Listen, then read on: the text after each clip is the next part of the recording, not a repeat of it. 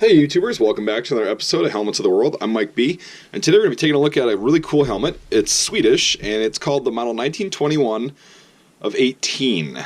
So if you're questioning that, I was questioning it too at first, and what it was for some reason this is called the Model 21. It was originally designed in 1916, and in 1918 this variation was designed, but it wasn't put into production until like 1922 or 23. So it was confusing to me, but that's why it's called that. So now we'll get past that fun stuff and we'll actually get to the helmet. So the first thing you'll notice is that it resembles the Swedish M26 helmet, which is really common and on the market today. They're fun helmets too. I have another video on that, but we'll focus on this for now. And you'll see that there are the decals on the side, the Swedish Triple Crown decals. That didn't come in until later. We'll get to that in a second, but what that decal looks like is actually in a steel badge on the front of the helmet. Right here, we'll take a look at it really close.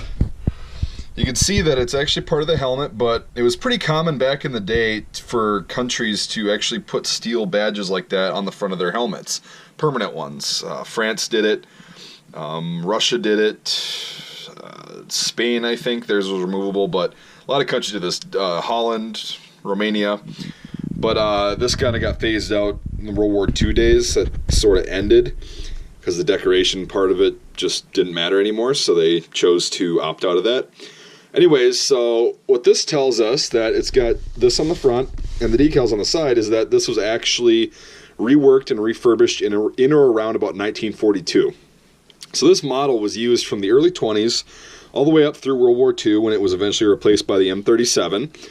And this thing, of course, didn't see much service in Sweden because Sweden was neutral in World War II, but it was still used by their troops, and they could have been invaded at any point, so they were trying to be ready as possible, rather.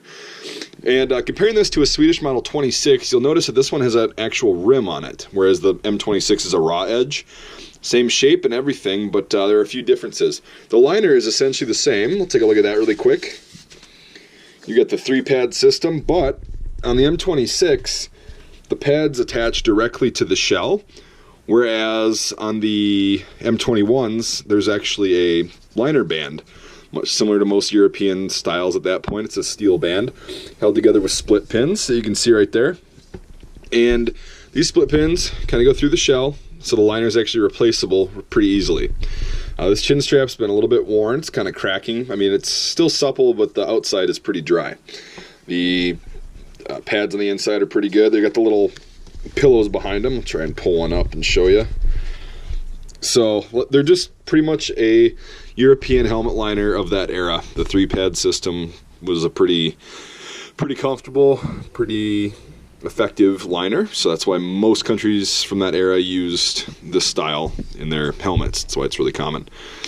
And yeah, so this is a really cool helmet. I love these things. They're not really available on the primary market. I've never seen them for sale, like, you know, through myself or any other retailer, because they've kind of dried up. The M26s are still kind of available if you look a little bit.